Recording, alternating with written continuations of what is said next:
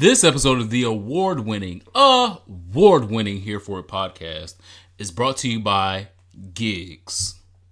Bookings. Dates. Sometimes you're not a right fit for every gig, and you know it. Everybody else knows it, and you know it too. And with that, I will be spoiling the inaugural episode of RuPaul's Drag Race Season 4. This is the fourth one, right? Or 3? 4. Cuatro. I was like, what's the word in Spanish? I want to sound classy. And you didn't have it. I was like, oh no, dos tres. So if you've not seen RuPaul's Drag Race Season 4 of All Stars, skip ahead for like a good 3 minutes. Okay, but can we introduce ourselves first? Nope. Okay. Woo, gigs. We're talking about gigs. That's what brought us here. Oh, gigs. Okay. We knew Jasmine Masters was not going to be on All Stars for long. Does that mean she's not an all-star? No. She is an all-star. Is she going to be an all-star to win? Absolutely not. Absolutely not. And so I think that the important thing to watch from that is the thing that sent her home is the thing that empowered her. So she did a comedy challenge. The queens didn't like it. Rue didn't like it. The girls on the panel also didn't like it. But she was empowered enough to create her own stand-up comedy tour across the country right now. I think she's got like 20 dates. And so the same thing that sent her home from RuPaul's Drag Race All-Stars is the same thing that has now employed her across the country. So it is okay for your gig to not be a gig for you. It's okay for those girls to also not see it for you in that gig. And so that has brought to you Here For It podcast on this beautiful day of December in Sagittarius season 2018. My name is Ronald Matters. Follow me on the internet at Ronald Matters and of course RonaldMatters.com. Cash App $ Ronald Matters. Taking donations. Double work. I am the Superman TheSupaman, aka the Ground and Pound Sagittarius, BKA the Gay Myrtle Snow. And this is Here For It podcast. You can also find me in the trap in Mykonos, apparently. Oh, yeah. Because I'm going to the trap in Mykonos, bitch. One way or a goddamn another. Thank you guys so much for our international listeners. We are charting in South Africa on their Apple podcast, charting in the Bahamas, as we've stated before. And this week, we charted in Greece on Spotify. So thank you so much for listening to Here For It podcast. Make sure you share the show with your friends when and where it's safe. I know it's not safe all the time in every setting, but whenever you can, thank you guys so much. Send us messages on the internet at Here For It pod or to any of our inboxes. We want to hear you guys. What stories do we need to give light to? Any influencers in your market that we should definitely look into and share what they have going on? We love our international listeners. Absolutely. And we are on the precipice of winning another award. Well, I got news the other day that the esteemed Here For It podcast is about to win another award. Not the esteemed. And I can't announce who it's from, where it's coming from, what the award is, but it's a big goddamn deal. So make sure you continue to listen so that when it happens, I can tell you what the award is and I can tell you where to show up to support.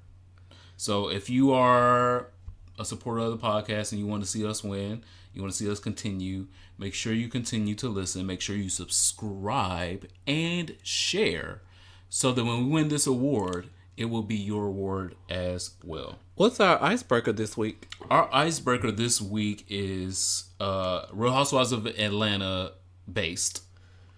So if you watched the last episode of Real Housewives of Atlanta, they played a little game, if you could leave a nasty voicemail for your man.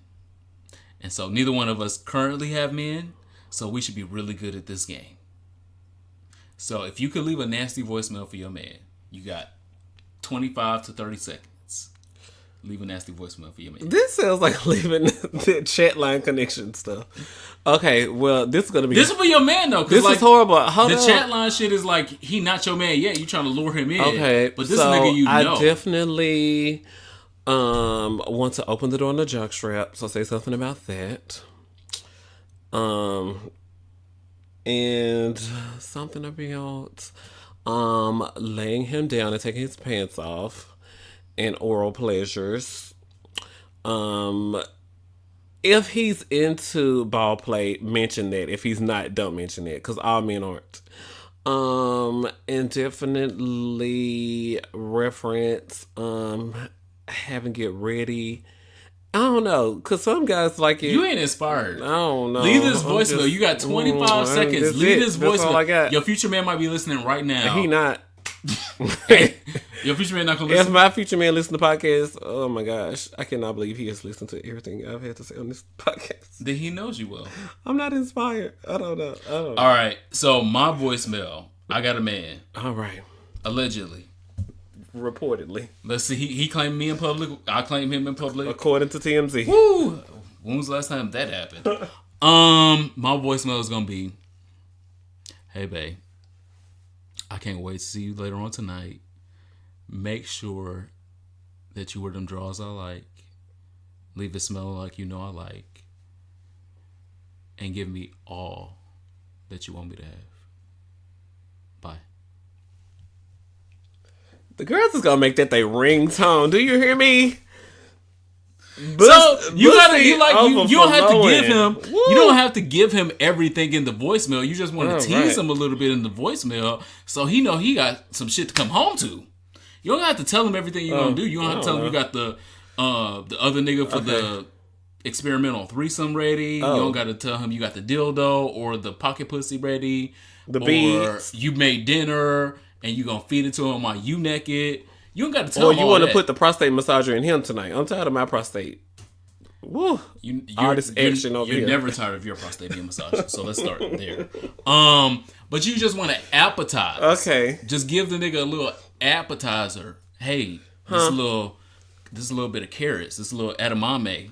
When you get home, it's gonna be the whole pork. Asparagus. It's gonna be the whole pork loin. I'm not telling you that you're getting pork loin when you get home. When you show up and you get home, then it's gonna be the pork loin. Oh, we found out at your birthday it's 2 different types of cuts. Is it like the standard cut of meat and the some? Your birthday dinner was a lot. But that is an example. I like it though, because I was wrong and far off and stuff. And this is how we're gonna get you a man in 2019. So if you guys would like to also leave us, oh my god, voicemails, you can do so on Instagram. Instagram has a feature where you can record yourself for 25 to 30 seconds basically, and send it to our Instagram over at Here For It Podcast on Instagram. And so the best one, if y'all send in some, I might play on my Instagram because it makes me so hot and ready for you. I'm excited about it. So if you got some hot voicemails you want to send to us, get over on our Instagram. Make sure you follow first, because you can't follow and then not send no message. Follow first and then send us a message of your voicemail that you would like to send to Ronald or myself to get us hot and ready. No Little Caesars. Chill. Our affirmation this week is I cannot with this podcast. I cannot. You can and you will. The affirmations this week are high heels and boots are not gender specific. True. You do not have to. They were talking about that. Tiki Barber, is that his name? He just signed on to do kinky boots. And then he was in in Good Morning America, and they're like, I turned on my TV and I'm looking at this nice looking black man, and he got on these red heels. Yeah, because he getting a check, ma'am. A nice one, I'm sure. If he signed on the line and they done custom made him for his Bigfoot ass. And fine ass, that I might add. So this affirmation is about... Meanwhile, you sitting at home drinking your cold ass coffee, bitch. About toxic... Straight people get on my nerves. Toxic heteronormativity.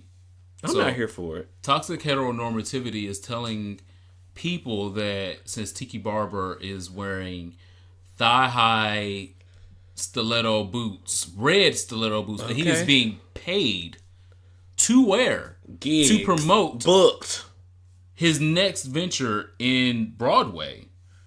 Tiki Barber ain't played football in forever. Let's just be honest about that. He was a good football player when he played football, but he does not do that anymore. And oftentimes, football players that are in his situation don't get a lot more lucrative opportunities to still be in the limelight, still be popular, still be relevant. And so he still has the sensational factor about himself that attracted the people to hire him to be on Broadway. And across the internet, we saw straight people dragging him for wearing quote unquote feminine boots. Where who assigned gender to the boots? Who is assigning? No one said that when I make this boot, only a person with a vagina can have them. Only a person with a vagina can wear them. And if you do not have a vagina, girl, get out of these boots.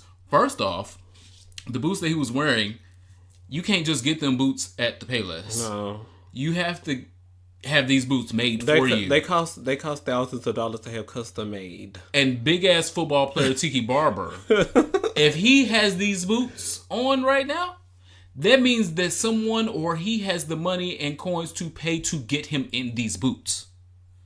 Kinky boots. These ain't no size 3, size 4, 7 slender white woman ass boots.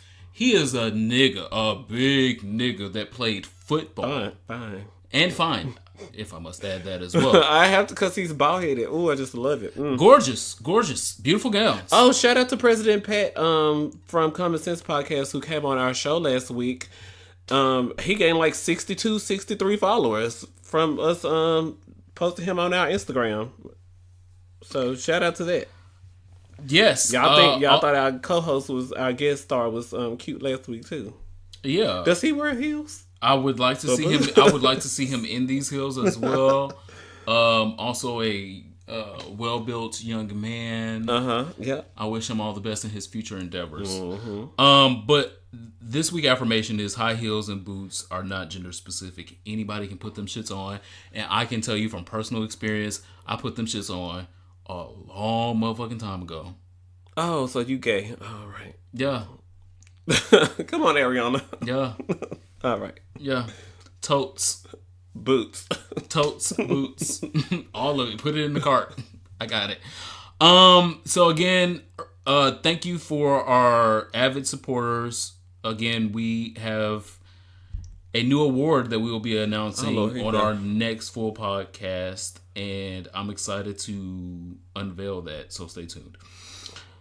In Hot Tops and Picks, we have the fix to the Tumblr snapping. If you are not aware, Tumblr said that they were outlawing nudity and pornography on their gentle website on December 17th of 2018, and that has come and passed now. Some people have reported that, yes, their content has been snatched by Tumblr. Their news, their videos, all of that shit. My profile picture is real scrambly now. Yeah, and some people are very censored right now. The others that have found the fix to the Tumblr snapping are people that have not updated their Tumblr app. And so if you're still on the old Tumblr app, apparently before November, at the end of November, there was a update that happened. And so if you're on the old one before the November update, none of that has happened. You can still find the booty. You can still find the dick. You can still find all of the sexuality. Because, turn off auto updates. Okay.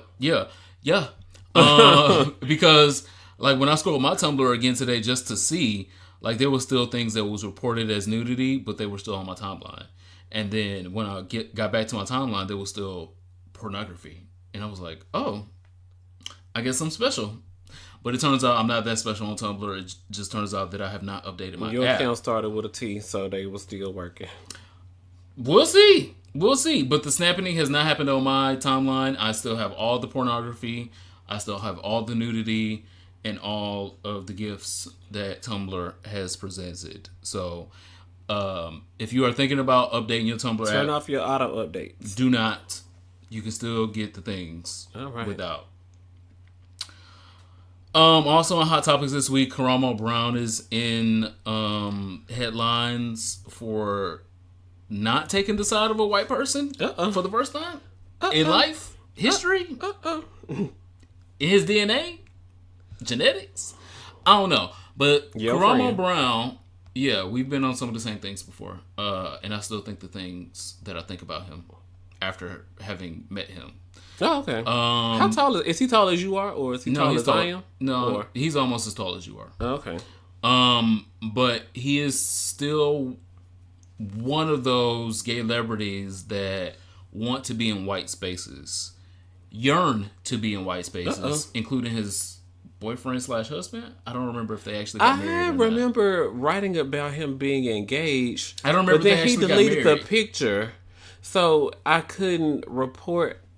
Because I was thinking about reporting on their wedding, but I was like, I don't remember there being a wedding. I don't remember there being one either. I do remember him being socially and sexually attached to multiple white men, which is his thing, and I can't take that away from him. That's dope, beautiful, great, awesome gowns.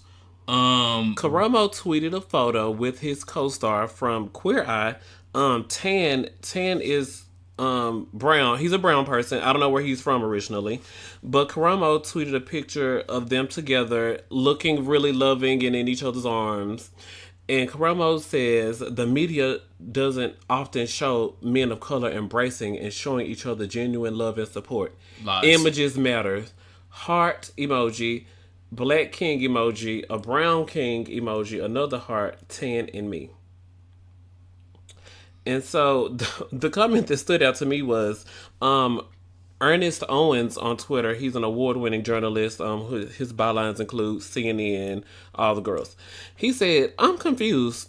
Both of you are married to white men and have benefited off of decade-long careers that made you the token queer person of color fetishized. Now, all of a sudden, you're trying to be the voice of concern for diversity in LGBTQ media? Not enough seats to be taken. Not a stadium. Not an auditorium. I don't know if this is true or not. I don't know if Coramo is married. So that's the part where I don't know if it's true. But what we do know he has benefited off of things. Yes. He has been in relationships with white gay men who allow him a space to be the quote unquote safe black gay person. So when you're not someone that's also in relationships with white men, it's like, oh, it's okay. I got a white boyfriend. I'm a dangerous. I'm, that nigga over there. That's over there. That's crazy. He be fucking these like actual niggas. He don't got no like white boyfriends. And so a gay person like me is different than a gay celebrity like Coramo, who is more palatable to white gay audiences because he openly fucks white gay men and or is in relationships with white gay men. Okay. I don't do that. I don't do that. But on purpose. So even if I was fucking white gay men or was even in relationships with white gay men, I would know the importance of showing that I am just a black gay man with a black gay agenda. Images matter, as Coramo They do. Images do matter. And the image of you with a white gay man is the image that matters. That's what made you popular enough to be in the space of what is the show? Queer Eye? Queer Eyes and the Five Gays. You talk like you ain't watched the episode. I watched one of them. It's a great show. It's an amazing show. The makeovers and the gowns, things that they instill in the people when they're there, and gowns. It's an amazing show. The gowns are just great. But what are you guys' thoughts on Coramo? This what I would. I don't know how to feel. I don't know. I do. I don't know. He's a traitor. Oh, okay. Well, treason. Moving on. Leave that shit in 2018. Be with our community or don't. Don't put your foot over in this pond. And they be like, well, I understand when they say, we be talking too much and we be complaining too much because you've been listening to your white husband this whole time. Be over here or be over there. Don't be both. Also, the remaining city girl has tried to explain and or re-explain her tweet about homophobic comments, and I'm still not here for that shit either. She had time. She needs a publicist. She has a publicist, and she has a PR girl, and both of them sat her down. At this point, that's all that could have happened. Oh my God. And this is the best that could have come out of that. Where was she at? What? I don't want to say it was a radio show I don't like and don't support. Don't actually listen to. I listen to other things that say what this show does. I don't give this show no views, and I'm not giving them no legs here either. But she was on the show. Okay. And she was saying, she was trying to clarify her comments about if her son was gay, she would beat it out of him or something. Yes. And then she was equating those comments to, well, I had a gay friend one time. Which, the most bird ass, the most go-to ass, the most used dog whistle in the history of homophobia, xenophobia, racism. What the fuck? Who helped you out with this? So she said, well, I had a gay friend that died once and he had a hard life, and so that's why I wouldn't want that for my son. Are you also a black woman? So you gonna abuse him so he don't die? Accidental deaths happen from all the time, sis. But you're also a black woman, so do you not have black women friends that tell you, hey, being a black woman out here is hard and you could possibly die from that shit sometimes because white people don't agree with that? Mm-hmm.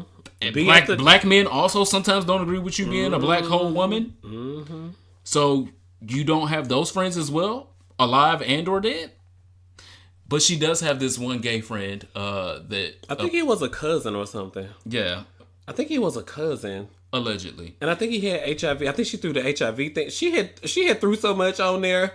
I was like, girl, I don't even want it no more. It got too much shit in it. It's too much. It's too much. I said that about people before. It's too much. I don't want it no more. I don't want it no more. It's got too much shit in it. I don't want it no more. It's a lot of shit in there. Bye, girl. And I don't have enough sheets and towels to throw away for as much shit. It's in there. It's a lot of shit in there. And so that's what I saw. There was a lot of shit in there. I don't know. Again, piggybacking off of last week's episode about allyship. If you are an ally, you want to be an ally. You pretend to be an ally. You aspire to be an ally. There you go. Be an accomplice. This ain't even allyship that she's talking about. She's talking about scapegoating. She's talking about being something, having an idea about something that's inspired out of one person's experience. I don't have HIV. I've never experienced being beaten up by officials or whatever else she was trying to say that her gay cousin had been exposed to. So that's not like the overall gay experience. So just like if these things had happened to your mama, that's just one black woman. You wouldn't equate those things to be the black woman experience because they happened to your black woman mama. You would say that shit happened to my mama. Y'all got me fucked up. Completely different argument and a valid argument. But you don't say, well, that's the black woman experience. And so if my daughter come out to be black, I'm going to tell her, don't be black, girl. Because that's going to get your ass whooped out here and these niggas going to be cheating on you. Yeah, because I say all the time, I was just told, don't be gay because I was going to get that gay disease. I was like, that gay disease? So all right. She's still canceled for me. Y'all can listen to her if you want to. Cool. Well, Cardi missed her court date so she could go film the video to the remix down in Miami. And the just, you better hop your ass on the next flight from Miami and get your fucking ass back up here. Oh, Cardi. Ben Hunt has been selected as the new LGBT correspondent for BBC, and we're absolutely here for it. I think it's a great move and a great step behind Don Lemon's step from the same type of position with CNN to an anchorship position of a very highly rated market that Don Lemon is in right now. Like a lot of people watch it, and a lot of people are excited a little bit more, especially as Don Lemon has gotten a little bit blacker. Speaking of somebody dating white men, Yeah, he gonna talk about Kevin Hart called me. We can fix this, girl. You can't fix Kevin Hart's situation.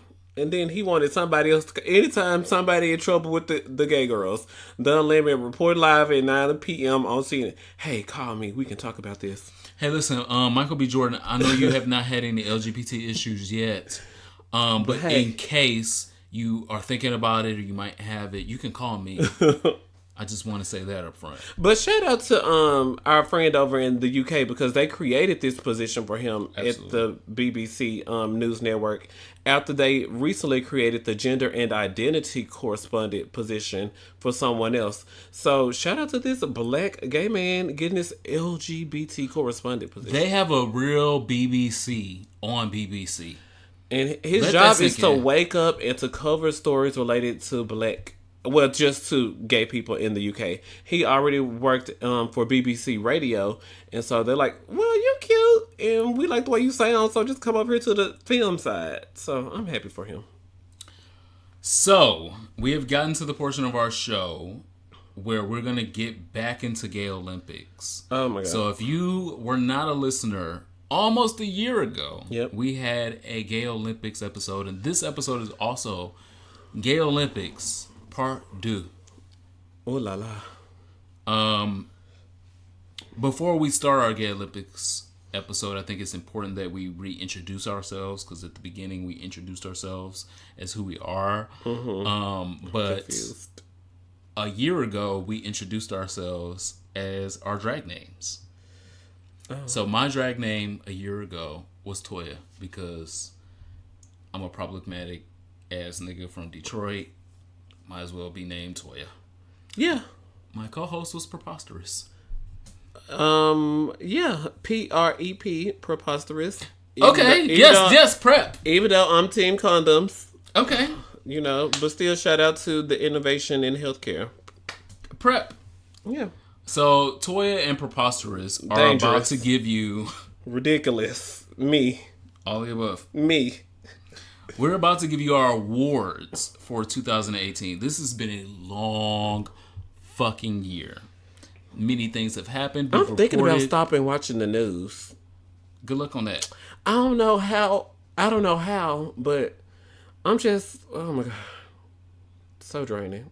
But then I like to watch The View. I feel like if I watch The View, then I don't watch the news for the day. But then we're going to get there as well. So, woo, Chile. Is that how you say it? Baby. So again, if you have not listened to our episode last year, make sure you go back and listen to that episode so it gives you a little more context of why we're doing the Gay Olympics this year. Gay Olympics meaning we are giving some gay trophies to some award-winning people throughout this year. 2018 been a long year.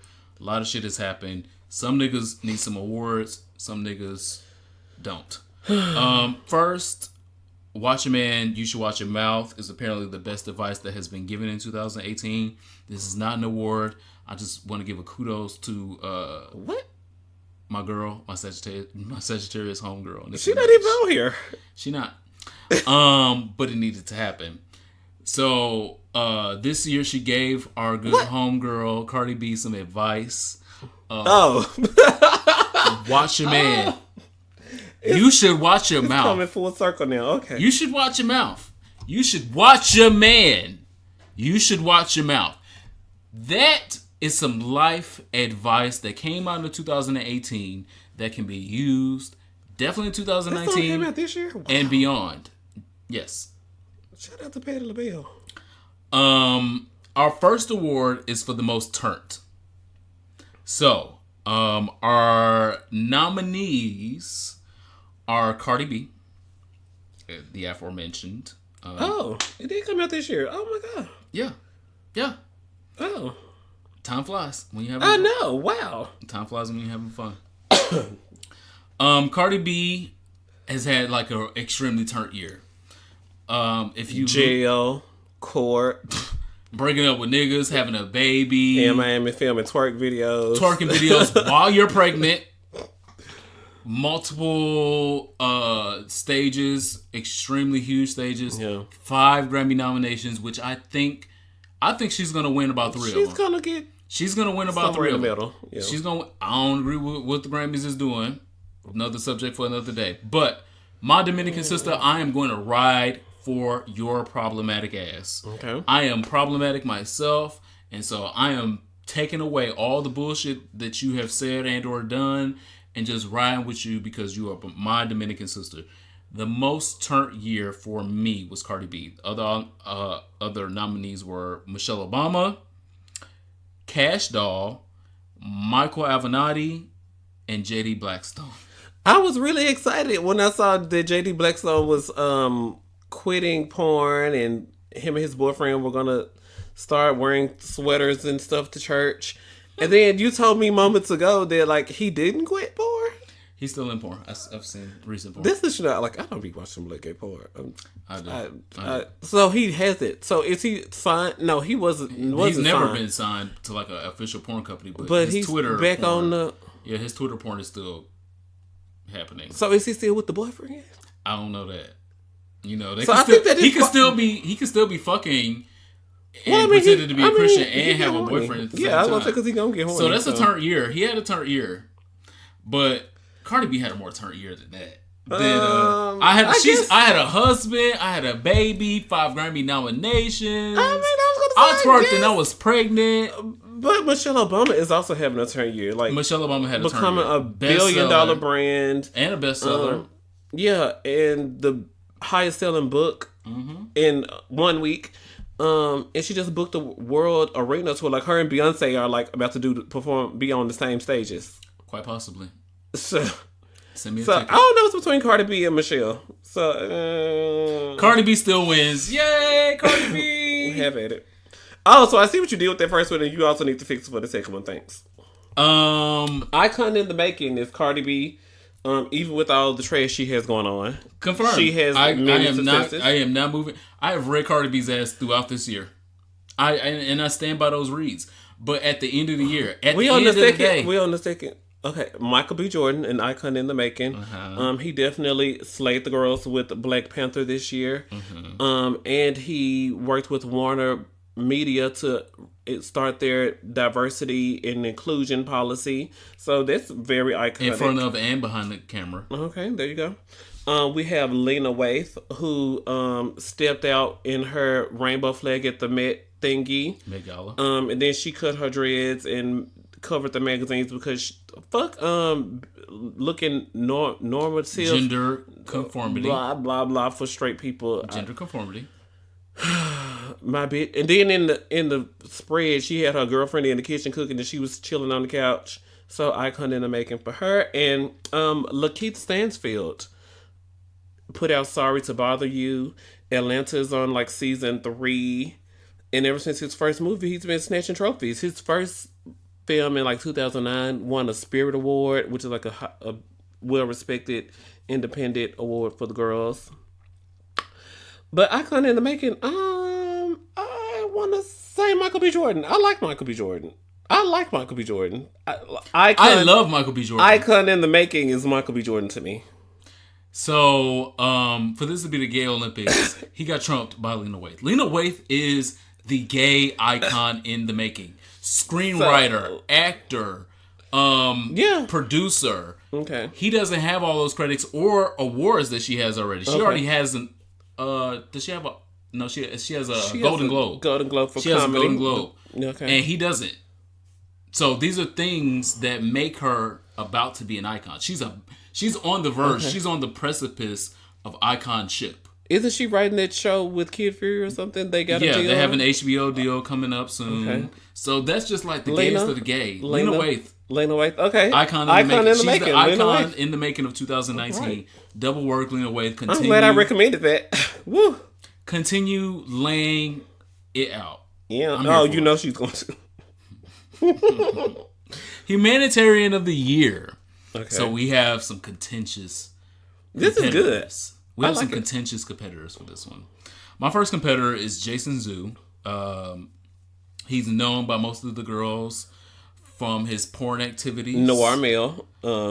But he was in other porn before and after Noir Mill, and acknowledged the problematicness of Noir Mill. Beautiful, thank you. Woo! Acknowledged it. Thank you. But just said the girls was gonna give me a check, so I showed up. Hello. I'm here for it. I'm absolutely here for it. And okay. So, you know the girl's gonna equate. So, would you go to a Trump rally and hold up a sign if they agree to give you a check? You're not gonna come up with something dumb and like a Trump rally is treasonous. You're not gonna fucking a white girl for $1,000 check. That's not treasonous. That's paying the rent. Oh, okay. But overall, outside of his porn activities, he is an upstanding, amazing, beautiful man that has been the founder of the Takedown Tina Movement, which there is no other voice in our community as loud, as vibrant, as correct, as experienced in the Tina movement to take it down itself from the inside out. Very true. And a drug that has been infestating the black gay community as much as it has, I think is highly important that we continue to support him. We continue to tell him that he is a humanitarian because he's saving lives, and that is what a humanitarian does. Next, we have Ruby Corado, who is the founder, creator, and director of Casa Ruby, which we did our 1-year anniversary episode at earlier this year. Done amazing work in the trans community, does amazing work for the LGBT homeless community, and continues and will continue to do that work. Amen. And I support her. I support Casa Ruby. I've directed other entities that I'm working with to support them. And I'm going to see that Casa Ruby wins. Period. Point blank. Locally.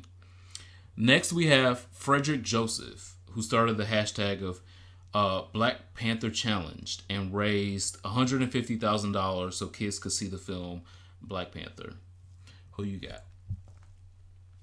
I really like the Black Panther Challenge guy because, you know, like once the GoFundMe reached the 150,000 and then other celebrities started buying out, that was like a cultural moment for so many children. That was really beautiful. But I don't know. I like everybody. I like Casa Ruby too. Oh my God. I like Jacen too. I don't know. You go first. I don't know. It's tough. Jacen Zhu is the humanitarian of the year for me. Yeah, I can go with Jacen. Yeah, Jacen. We love Jacen. I love Jacen. An absolute professional, beautiful man to work with outside of what he does for his community and communities outside of his. So there are plenty of communities across America that have talked about the opioid. You need to be his PR girl, okay? you are doing it. There are plenty of communities across the country that are talking about the opioid epidemic, including Tina and including what meth is doing across America. And it's been such a focus of 2018 that we have a black gay man that is taking that focus and directing it to the community that he was a part of. Okay. And that it directly impacts at the same time. That is the definition of a humanitarian. That is the definition of someone putting self behind community. Community comes first.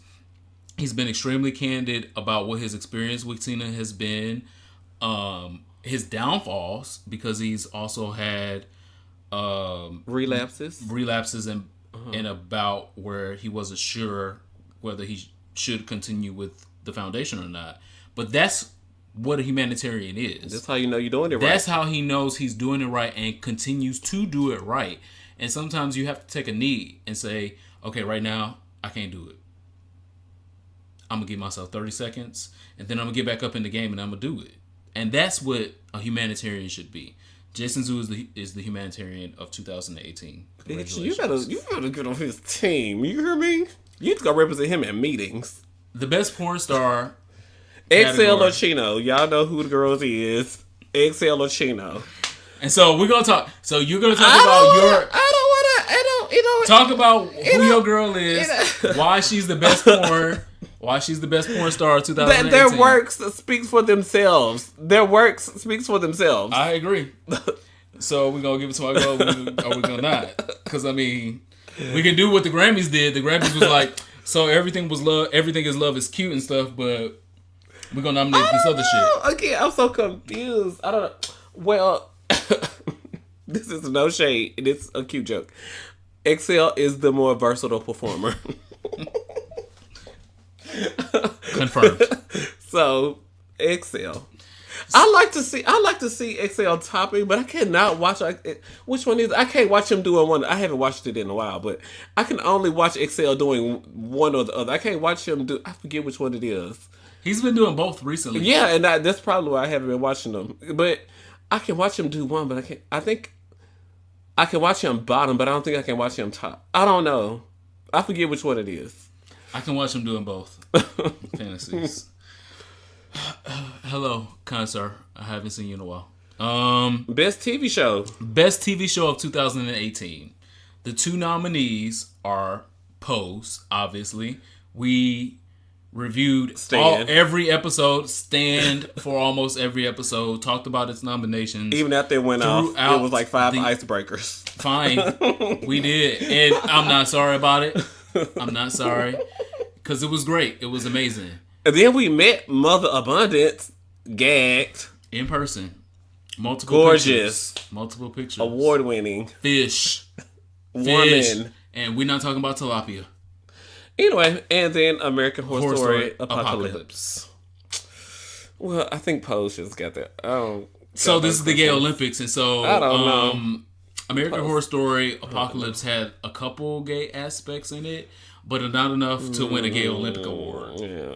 It was amazing. Great. Beautiful gowns. Again. Yeah, it was really good. Great. But Pose wins the Gay Olympic Award for Best TV Show of 2018. When I saw this, I was like, bitch, is it a contest? Bitch. Where the contest at? Because ain't no more competitors. I guess that's how Beyonce feel when she be looking at the nominations. Oh, y'all nominated me next to Sierra. That was nice. You know, Billboard put out that Beyonce was no Ashanti. And the girls love bringing that article up. She also was no Beck. And so let's see where Beck is. Ooh. Beyonce. Ooh, I'm triggered by that. She Tried It award. Kim Burrell in her brown boots. $1,200 boots. And the Saints is out here cold and weary. She tried it with that bullshit. Brett Kavanaugh being nominated, sitting at his job interview talking about something. Oh, we love beer. Oh, sitting at the job interview. Oh, well, you know, we were in high school and we love beer. I had a few beers. I already sound country, so trying to sound country on top of the country, it's... Leave it in 2018. Megyn Kelly. There was the blackface comments, but that wasn't her first time, you know, being put in timeout. So just Megyn Kelly's entire existence. I don't even know. Omarosa and her stunts had Simone Sanders and Don Lemon cracking up. It's Black History Month, and they done went down here and got us Negro Week, which we have to turn into fight for to turn into Black History Month. And you want us to sit on national TV and talk about how Omarosa is going on an apology tour for her stunts with Donald Trump? You got a book coming out? Fuck Omarosa. So she definitely tried it. It's between her and Kim Burrell for me. Who's it for to you? I don't know. Kim Burrell tried it the most. Because Kim Burrell flew into the face of all the controversy that had happened to her. Like, when controversy happens to celebrities, a lot of times they'll, release a statement online or apologize. Tell their publicists, say this to the girls. Do an IG. Kim Burrell, after she fell for saying all the anti-LGBT shit that had happened to her, like I told y'all many episodes ago, the LGBT spirit showed up in the room while Kim Burrell was singing and pushed her ass down. And I remember when I found that video. I was like, where's the video? I don't see no bitch that video. But that's why I said what I said. In that video, you saw the LGBT spirit creep up behind her and push her in front of a fucking bus. And I live for it.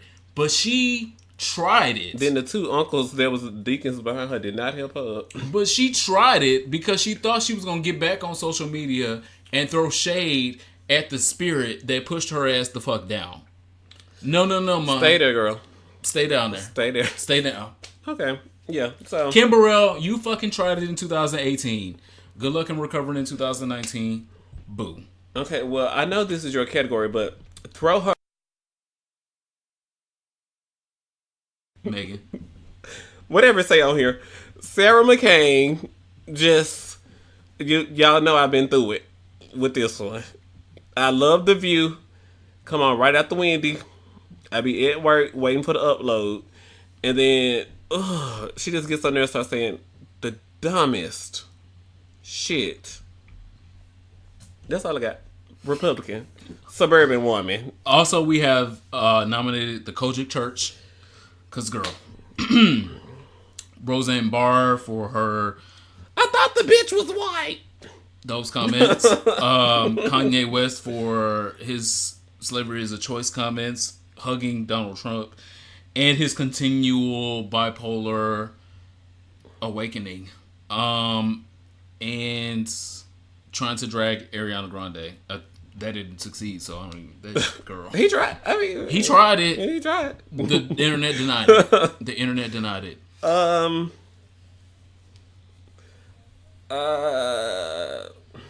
I got some good coaching dick. I can't just throw it out on coaching church. You're not throwing away the coaching church because some dick might come out of it? Because when I was in Memphis and the convention was in Memphis and I lived downtown by the host facility. What's it called? A church?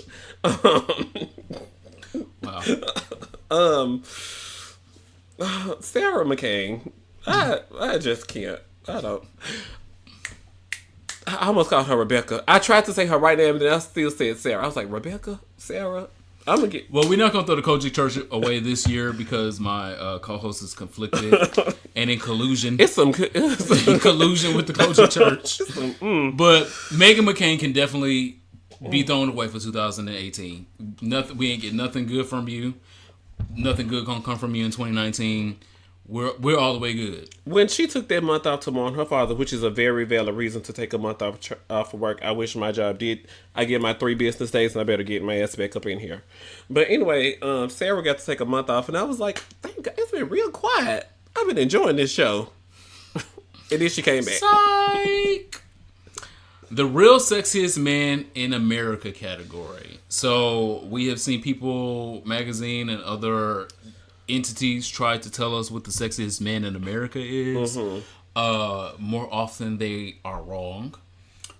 They got it right a little bit with Idris Elba this year, finally. I hope y'all went out and bought the cover. Finally, my nigga got his roses.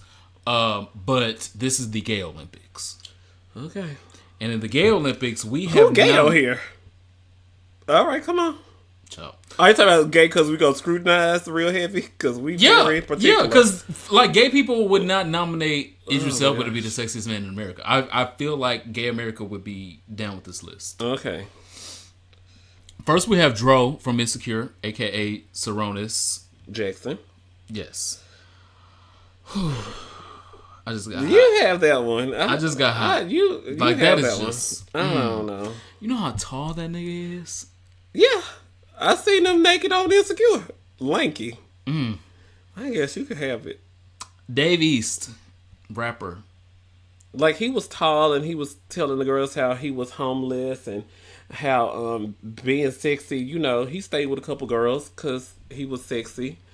And they helped him good. get his rap dream off the ground. Yeah. So. I mean, realistic.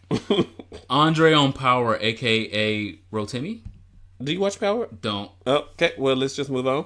Chris Williams from Black Lightning. Black Lightning on CW. Do you watch that? Is he? I've seen the first attractive? episode.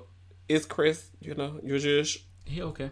Bitch, you are sick. I already know what... Well, okay, so one more. Lewis Hamilton, the race car driver. Yeah. Just booked a deal with Tommy Hilfiger. Got flued out. Was he hanging out in Dubai with Nicki Minaj or something? Him and Nicki Minaj were hanging out somewhere, or there was a rumor. Oh, yeah, she said it in a rap or something. Yeah. Yeah, she said it in a rap, so that sounds plausible. So, but you still on Dro. You just... I'm trying to stay on Dro. So, unless somebody out here can... I didn't really have anybody that I was passionate about. I mean, like, I like Andre on Power. I think he's attractive, but I mean, But did you? I'm not. But what did he do that was I'm sexy not, on Power? So I can tell you like all the sexy things that Dro did. He exists. Like he walks around. Like I like his energy. I like his spirit. I like the way he carry himself. Like it's just a vibe when a nigga walk into a room in a suit. Dro was walking around smuggling insecure. drugs. He own a club. That's my shush. To be out here. Expose yourself on the podcast. Wow. I like Koji Command. I like niggas that do drugs. I like and niggas who sell drugs. Right. If you watched Insecure, you saw the emotion that Dro evoked in Molly. He made this pussy so wet and made her smart, college-educated ass so discombobulated that she couldn't figure out. So what is this? What are we doing? If she still wanted to fuck him, and then she still fucked him anyway, because the nigga's appeal was just that good. But when I say then she found out that his wife might be pregnant, and she still wanted to fuck. How sexy of a nigga can you be? Trash. If you got all of this going on, and somebody's still looking at you like, ooh, Offset. Ain't nobody looking at Offset like that now anyway, so invalid. But Dro was so sexy this whole season of Insecure that she wanted to fuck him from the minute that Insecure started to the end of Insecure after she took her key back from the nigga. She was still like weighing, if I just give him the key for like a week, like he could still like lay it out and I don't have to go fuck the fat black cousin friend down the street that she was fucking. Like his sexiness took over in every scene that we saw in Insecure. Look, you need to be a PR girl. you just own it. You get passionate about it. I am passionate about Dro, so if anyone out there also knows Saronis and Michael B. Jordan, call both of them at the same time. I am available. The last one is social media mogul / Maven. And shout out to Shamar Forte, aka No, I'm Not a Celebrity on social media. He's a host, a singer, and a model. Child, the way he be looking in these Instagram pics. So at No, I'm Not a Celebrity, he uses his platform of about 40,000 across all of his networks to promote body positivity and self-care. And spiritual positivity as well. And so you will not see a post of him talking and him talking about himself or talking about, materialistic things around him. I want these Gucci boots. Every posting that he does, up until very recently, including Thanksgiving and last weekend where he was giving away things to the homeless in his LA community. I believe he lives in LA. Mm-hmm. It's always about positivity. It's always about uplifting people that are listening. It's always about somebody that's not him. And so you don't see that very often in social media. And I saw it in Shamar a long time ago. I saw a lot of things in Shamar, but we won't go there. I love him so much. All right now. He's an inspiration to me. He's an inspiration to many. And he should definitely be our social media mogul of 2018. And more than likely our social media mogul of 2019. Because the nigga just keeps grinding. Keeps doing it. And I see it for you. Get it. Slay. What am I supposed to say? Thank you guys so much for leaving us reviews on Apple Podcasts. Search for our name, Here For It, in your app. Click the reviews tab and then click write a review. Our latest review is 5 stars, one of my favorite podcasts. This is one of my favorite podcasts to listen to. It's amazing to hear people like me with similar ideas and views as I do. A great representation of queer people of color. They are funny and woke. I'm gonna put that on my tombstone. Love the segments. I feel like I'm listening to the two of my friends. Keep doing your thing, boys. Shout out to BROB 1985. Outstanding. And also thank you, Sean, from our Here For It Hive that showed me some amazing birthday love over my birthday and Sagittarius season. Sean, you know who you are. Thank you so much as well. Sexual health this week involves a listener question. So we're not going to out our listener, but we had a previous listener that talked about getting tested. And I think that it's important to talk about one of the STIs that he was getting tested for. One of the STIs in his full panel testing, if you get a full panel testing, syphilis is going to be one of them. Syphilis is an STI that can be easily managed by antibiotics. More often than not, is depending on your titer level, 1 or 2 shots, more than likely in your ass or in your thigh, that will take effect on the STI immediately. But the important part is that you do not have sex with other people or do not have sexual contact with other people for at least 2 weeks after you've been inoculated, treated for syphilis. So when you've been treated for syphilis, it's typically a bacillin, it's typically a ceph antibiotic that they treat you with. They tell you, or they should tell you, I don't know your providers, they should tell you that you should avoid sexual contact for 2 weeks at a minimum after you've been treated, because your titer levels with syphilis go up and go down. Oftentimes, syphilis can still be detected in your bloodstream throughout the rest of your life, if you've ever tested positive for it. And so if you have tested positive for it once, you got treated, you can still have sex without passing along syphilis to other people because you have reduced your titer levels. And Titer. Hey, what's titer? So titer means like the T-I. Yeah, titer is the amount of virus that is in your bloodstream. And so once you get to a critical amount of syphilis in your bloodstream, then it can be transmitted to other people. The antibiotics will bring down your titer levels, which means that you can't transmit any syphilis that may be in your bloodstream to other people. And so having those full panel testings are extremely important so you can manage and or watch your titer levels so that you aren't transmitting something else to someone else, and that you can verify to yourself that you are not also positive for the STI at the same time. So being treated for syphilis, number 1, avoid sexual contact with anyone for 2 weeks at a minimum. You should probably stretch that shit out for a little bit longer. I can't believe these bitches out here. I'm going celibate. I'll go celibate in a minute. These bitches out here exposing me to shit.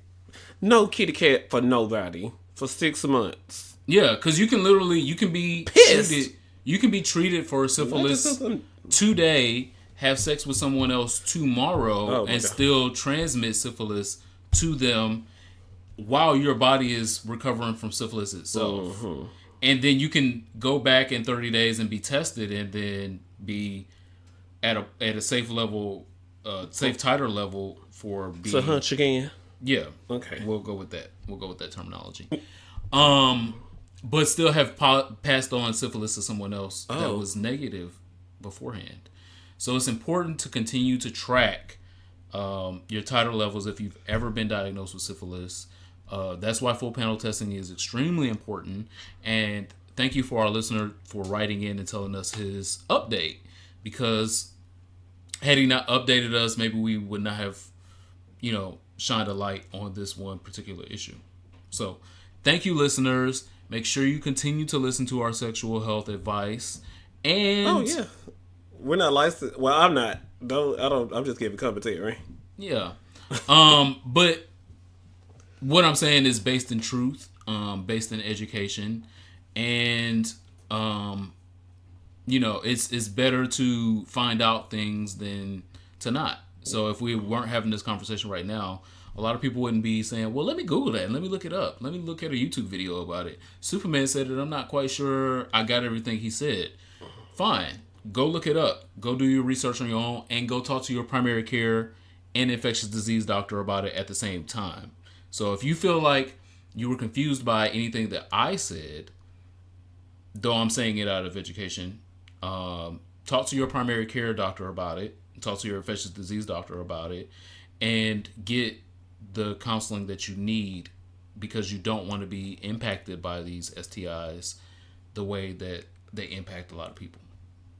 Social studies. Name a movie where you feel like a person like really prepped for a role and then turn around and slayed it. I'm sure Jennifer Lopez had to train for a couple movies. Selena. Any other movies where a person trained really? My favorite is Monster by Charlize Theron. So, and she won an Oscar for that, as she should have. So if you don't know who she is or what she looks like, Google Charlize Theron. Charlize Theron, Theron. Beautiful. What were the characteristics of her character? Yeah, that's what I'm getting into. But so you have to know what she looks like naturally and all the time versus what she did for this character. So Charlize Theron is this, classically beautiful Hollywood actress, blonde, short but very thin, beautiful eyes, full lips. Think of that as a white woman. She portrayed this butch, I drink beer and pop the lid off the beer with my lips, butch lesbian, probably 60 pounds heavier than Charlize Theron has ever been in her life. And this murderer, Eileen Wuornos, again, butch lesbian, was a murderer. She killed men. She killed men because she had been put in a lot of sexual abuse, sexual rape situations where she developed this hatred for men. And her hatred for men took her off the deep end, and she just started killing men because she hated men, because men had just done so fucking much to her. And so I understand and identify with her in that aspect, but you ain't got to kill them, my bitch. So my question in all of that is, were there no fat white women who could have played their role so Charlize Theron didn't have to gain 30 pounds? Like, Amy Schumer is out here with a pretty, whatever her gig. Roseanne Barr is a butch. She can be looking butch sometimes. So I think that for other roles, yes, there are more women equipped naturally to play those roles. For this role specifically, it needed a character actor, a method actress, kind of. Yeah, that's the same method and character, same thing. Someone that is able to take themselves out of who they are to become this other person. She studied Eileen Wuornos's tapes before and after she was arrested and after she died in jail, and became that person. Same thing like I think Christian Bale does with a lot of his characters. He did the same thing for the new Golden Globe nominated Vice with Dick Cheney. But she possesses this set of skill to not be Charlize no more. So how come y'all keep yelling at Scarlett Johansson for all these Because roles? she doesn't possess those skills as an actress. Per who? As the executive producer of a film, if I decide to put my money behind, I believe in Scarlett Johansson as an actress. But if I believe that I want to put my money behind that, and I hire her to do my movie, then I put out my little press release, to get my PR girl. Apparently, you're not my PR girl for this story. But I get my little PR girl. Scarlett Johansson gonna come out and play an Asian American. Yeah. The difference is we've given Scarlett Johansson a lot of attempts and tries to pretend or be the character actress that she would like to be, and she continues to fail. She continues to just be someone that's cute in the Scarlet Witch role for like 20 minutes, and that's it. I mean, if she grows as an actress, I'm not saying that she can't ever, but Charlize Theron has. You sound like Grace talking about that girl that she don't like. What's that? We Jessica Chastain. You have to be educated on the topics we talk about those. But Charlize Theron is just that girl. Okay. There's a reason that she has this Oscar. She don't have this Oscar because she was sucking dick. So she has this if Oscar there were because she six can't. straight girls playing the pose characters who are method actresses, like Regina King, she commits to all these roles. Viola Davis always got snot coming out of her nose. She commits to these roles. And they were the characters on Pose. Would y'all still be mad? Yes. Just Representation is a whole different conversation than can we find somebody in this community to relay this community. In the community of murderous lesbians, Amy Schumer can do that. She's not a lesbian, Okay. and we have not convicted her of murder yet. So in the community of murderous lesbians, we didn't have that much to draw from to hire from a role. In the community of trans women, we got a whole bunch of these bitches out here that need jobs, that want to act, that want to model, that want to be ambassadors. So we have those pools. So it's different when we have the pools of people to pull from than when we don't. We don't have no murderous lesbians out here that are trying to make it in Hollywood. So They trying to make it on Rodeo Drive. for social studies, I actually just have a question. I don't have any answers. My question is, do we need affirmative action for our trans sisters in Yes. media? Yes. And then I was like, okay, that's my question. And then when I started looking into it, the only thing that I could find is like a lot of people saying how affirmative action doesn't seem to be working for them based on race. I know my question is about gender, but a lot of people are saying like when you base it on one thing like race, a big Asian student society who is currently suing Harvard because they feel like when the Harvard counselors look at them, they're like, oh, they wrote in the notes, oh, fluent in math, fluent in science, or they just wrote really quiet or really shy. And it appears to the people in the lawsuit, the Asian students against Harvard, that they were using this one identifier, which is supposed to be deemed as a pro, because America's supposed to be making up for all these transgressions against, societies in the past. But it wasn't appearing to be a positive. So when you're only looking at a character in a movie because they are trans, is that always going to, if you change race to gender, would it still, is there a chance for the same negative effects?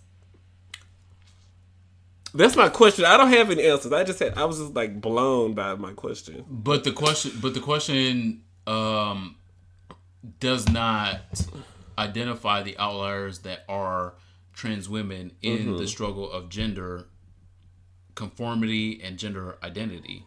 So when affirmative action was a thing, because it was and not is currently, gender was not a part of the spectrum for affirmative action. Should gender be a component of affirmative action? Absolutely. We need affirmative action in the goddamn Senate right now. It's a whole, 2, 3? Nancy out here letting them have it. Well, she's in the House of Representatives. Oh, okay. Well, but in the Senate, we have a whole... We ain't got that many. Let's just go with that number. What's our girl? We Elizabeth ain't got Warren? that many. Elizabeth Warren Is in the Senate, yeah. But as far as U.S. senators, we don't have equal representation of not only women, not only people of color, not only people of the LGBT perspective, as we have represented in the whole country on a whole. So if we want to morph what affirmative action is, cool. But the place we're at right now is we've gotten away from affirmative action because white people have gotten really scared that this is going to take their jobs away. They said in 2040, white people are going to be the minority. It's going to take your jobs away because you are not the majority. Yeah. These things need to be equal.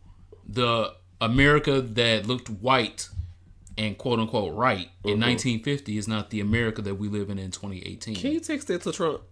Individual 1. Gay. But that was it for social studies. Do we need affirmative action for our trans sisters and brothers? Please comment on that because I really don't have an answer. But moving on to a song for my soul. The Weeknd released something called The Melancholy or something. Debuted at number one on Billboard. This song is called Call Out My Name, where he talks about he met this girl. They both was rebounding each other, leaning on each other to get support and figure out where they were going with their next steps. But then he fucked around and fell in love. And so she dumped him, and now he feels used because look at me being your emotional support animal.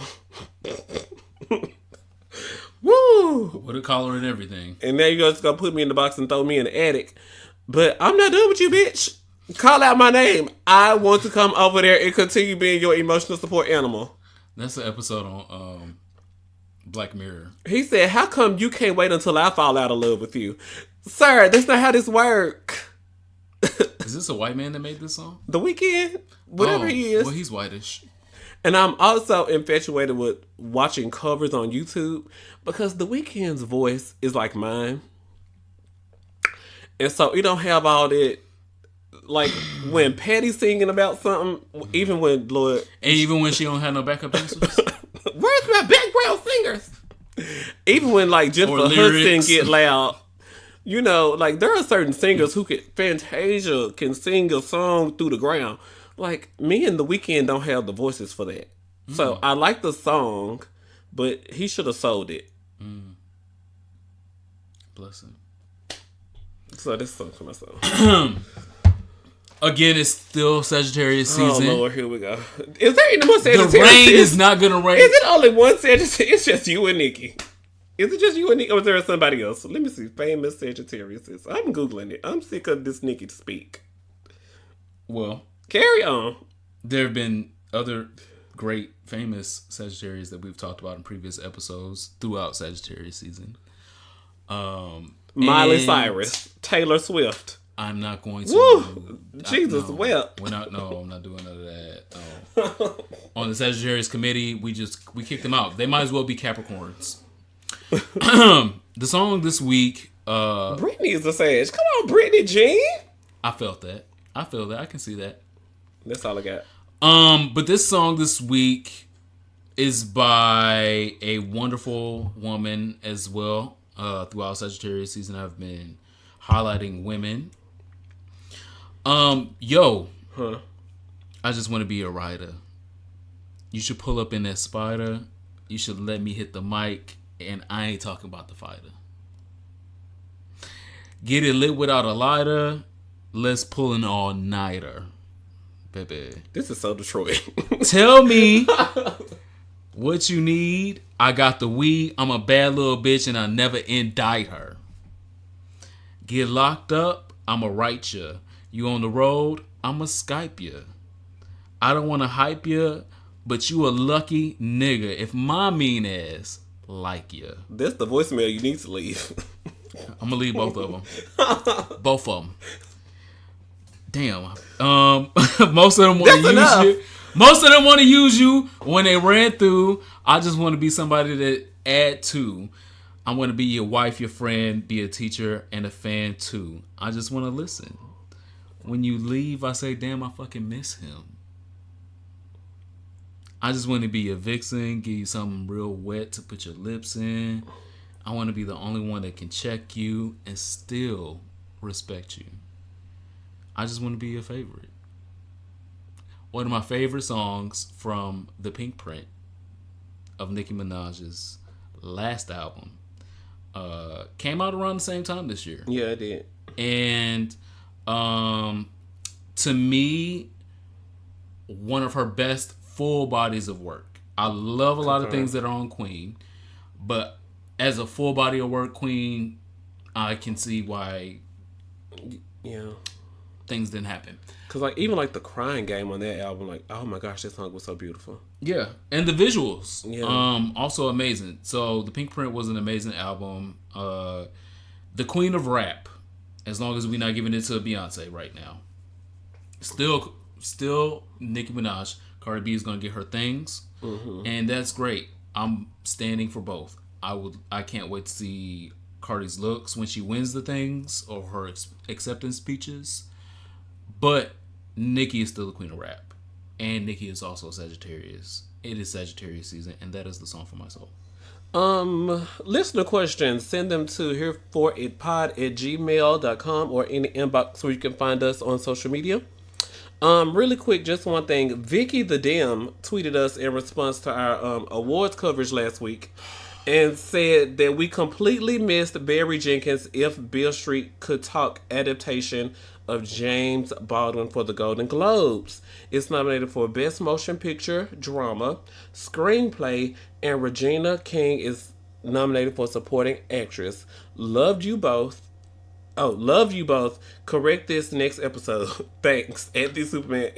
We love you, girl. What's her name? Vicky the Dim. Vicky. We love you, girl. Okay, you said that twice. Can we just leave it at that? No, sweetheart. We love you. We love our listeners. Beloved. Have you also not been listening for the past 3 weeks? That's why she said it probably was like an honest mishap, and it was. It's the truth.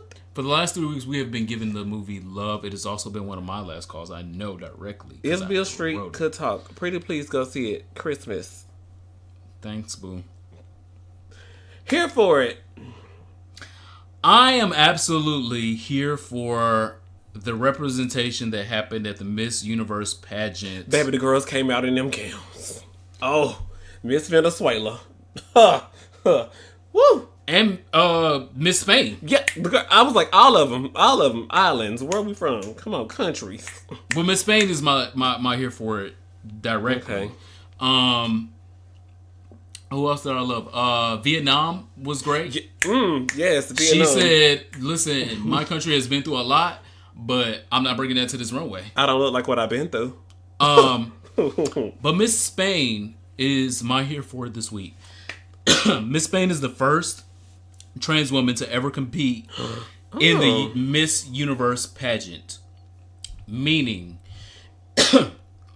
in the 66 years that we have had this pageant, of hundreds of countries every year, we have never had a trans woman, definitely an openly trans woman, compete. And compete as highly as Miss Spain competed this year. Miss Spain not only placed extremely high, Miss Spain got the only other standing ovation besides the winner of Miss Universe this year. Let me break that down to you. Miss Spain came out here and put her pussy on the runway, broke it the fuck up, and didn't even win, and still got the same standing ovation that the winner of Miss Universe got. You know how important that is? That means, yeah, you should win, but you know we not quite there yet, girl. Politics. Miss Spain is the winner of Miss Universe 2018 in my goddamn book. Because anytime you get the same goddamn standing ovation as the girl that actually won, she didn't really win. I was like, what? Why are we standing and clapping for her when we just did that for the girl that just came out here and slayed? Miss Spain, congratulations, girl. They didn't give you all your shit, but we're giving it to you on today. I'm absolutely here for it. Okay, so have you seen this video floating around on the internet? And you laughing too. So it's a baby at the top of the stairs with some, I said the stairs, at the stairs with some crutches.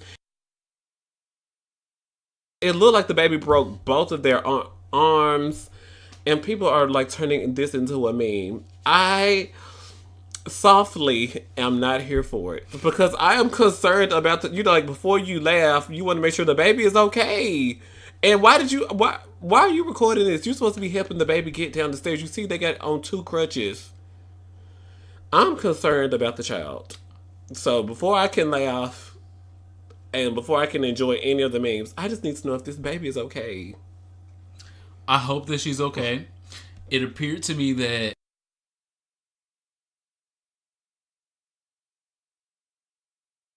first steps. Fuck. I'm trying, Lord.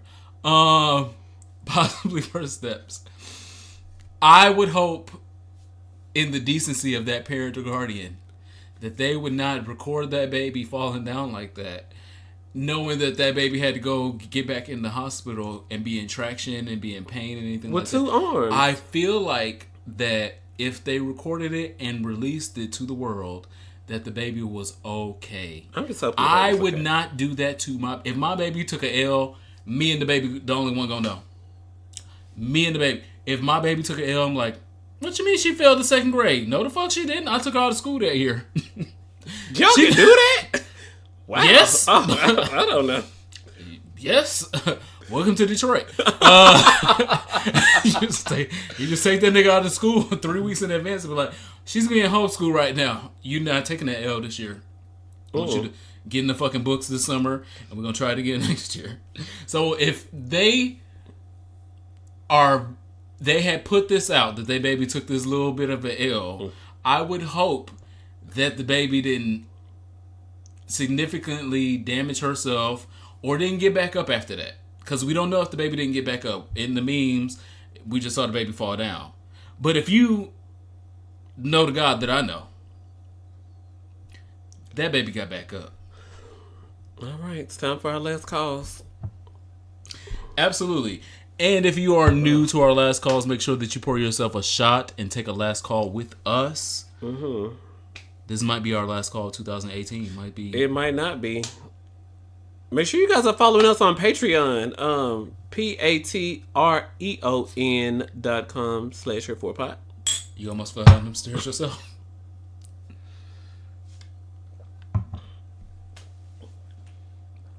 We discussed this in Hot Topics. Oh my God. Whoa, tequila. We discussed this in Hot Topics, but shout out again to Ben Hunt. Because as a blogger of RunUpMatters.com, bitch, when the job love what you do and they create a position for you to do what you love, look, I'm just out here hosting a little gay little radio show. Bitch, we love it. Come do it on the TV. Little where? Bitch, you see the analytics?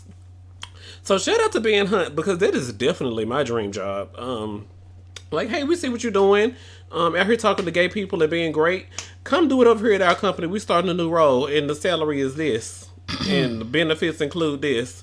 I'm just like, girl, what's the travel package? Because I think I need to go interview somebody over in the islands, and I need to charge the company card. But anyway, shout out to Ben Hunt and BBC creating him a position to be their LGBT correspondent. Black gay excellence out here. Double work. Do I need to send you my resume as well? Okay, if you need an assistant, okay. I can be a PA. I can hold the little mic thingy over people's head. I'm not qualified to do that, but we can talk. My last call this week is to a Black American legend. Me? No. Nancy Wilson is a 3-time Grammy Award-winning artist that impacted the music industry. Keisha Cole has more Grammys than her. When Keisha Cole dies... No, I was just joking, but... When Keisha Cole is this dies, serious? Okay. It is. Okay. But when Keisha Cole dies, she will not be my last call. She gonna be mine. She gonna be mine. That's fine. You're a bird. Nancy Wilson. Rest in peace. An actual legendary artist. Oh, here we go. Died at the age of 81 this past week. She died at home. She is an artist that was using her platform, using her voice throughout the 60s and the 70s for civil rights and for gay rights. Mm-hmm. And being an R&B staple, you know, in the time when R&B was just starting to thrive and starting to be mainstream. And she's not someone that's going to be known by a lot of people that may even be listening to this podcast. There's a different generation. But my mama's generation, your mama's generation, your daddy's generation, your uncle's generation, all them niggas know Nancy Wilson. Nancy Wilson she was the her, H-E-R, H period dot E dot R. Period dot. Yeah. She was the her of her generation. Okay. So if you feel like her, you know, the importance of her music, the importance of her work, though she hasn't been very vocal in social issues. Just yet. She's, think about how important has been over the last 2 years. Nancy Wilson was the her of her generation. And I think it's important for us to not forget those people and those people who have made those type of contributions because they didn't have to. Especially in the 60s and 70s when it was not popular. Y'all never finna fuck up my money. Uncouth to not be a black girl standing in her blackness and being somebody outside of the LGBT community standing up for people in the LGBT community. Now I made a Keisha Cole joke about her and she was one of the I feel horrible. Yeah. Okay. Do 20 Hail Marys. But Nancy Wilson was just a classic singer. A classic, not quite a legend, but just amazing at what she did. Made her stamp where she could make it and did the best that she could. And, in the music industry is cutthroat and everyone's not going to be a Diana Ross. Everyone's not going to be an Aretha Franklin. Everyone's not going to be a Tina Turner. And everyone is definitely not going to be a Beyonce. But there are other girls that do what they can and should be noted. And I am noting Nancy Wilson this week. R.I.P. Nancy Wilson. You're just awesome. Thank you. My name is Ronald Matters. Follow me on the internet at Ronald Matters and of course RonaldMatters.com. I am the Superman, TheeSupaman, and you can still find me in the Den in Atlanta, in Babylon Indy, Dallas. All right. And at Community Booty, that's the name of your club. No, you said Community Bottom. What you said the name of the club was? Yeah, Community Bottom. It's for everyone to partake. And the Arch. I was gonna say you gotta stop by the Arch since you're on a world tour, girl. In St. Louis. And I'm co-hosted by Preposterous herself. Yeah, and you're gonna be in Mykonos filming the. I'm gonna be booked. The girl's gonna get me flued out, and so we're actually gonna help that girl and flued out actually becoming a thing. She thinks that it became a thing, and so we're just gonna help with that. Sell t-shirts, girl. Do something, girl. Register for a trademark. Happy holidays. We love you guys. Bye. Bye.